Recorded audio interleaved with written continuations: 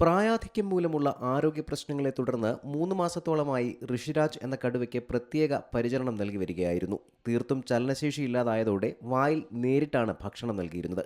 CCTV അടക്കമുള്ള സംവിധാനങ്ങൾ ഏർപ്പെടുത്തി നിരീക്ഷിച്ചായിരുന്നു ചികിത്സ. ഇന്നലെ രാത്രിയോടെ ഭക്ഷണം കഴിക്കാതാകുകയും തുടർന്ന് കടുവ മരണപ്പെടുകയുമായിരുന്നുവെന്ന് മൃഗശാല സൂപ്രണ്ട് അനിൽകുമാർ പറഞ്ഞു.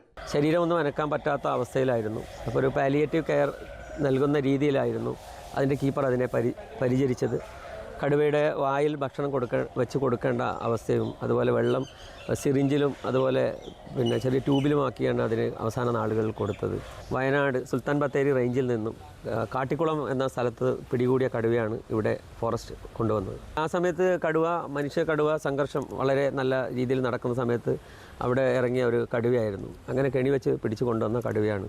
ദേശീയ കടുവ സംരക്ഷണ അതോറിറ്റിയുടെ മാനദണ്ഡങ്ങൾക്ക് വിധേയമായി മറ്റു നടപടികൾ സ്വീകരിക്കും. വയനാട്ടിലെ കാട്ടിക്കുളത്ത് നിന്ന് 2015 പിടികൂടിയ കടുവയെ തൃശൂർ മൃഗശാലയിൽ എത്തിക്കുകയായിരുന്നു. 15 വയസ്സായിരുന്നു പിടികൂടുമ്പോൾ കടുവയ്ക്കുണ്ടായിരുന്നത്.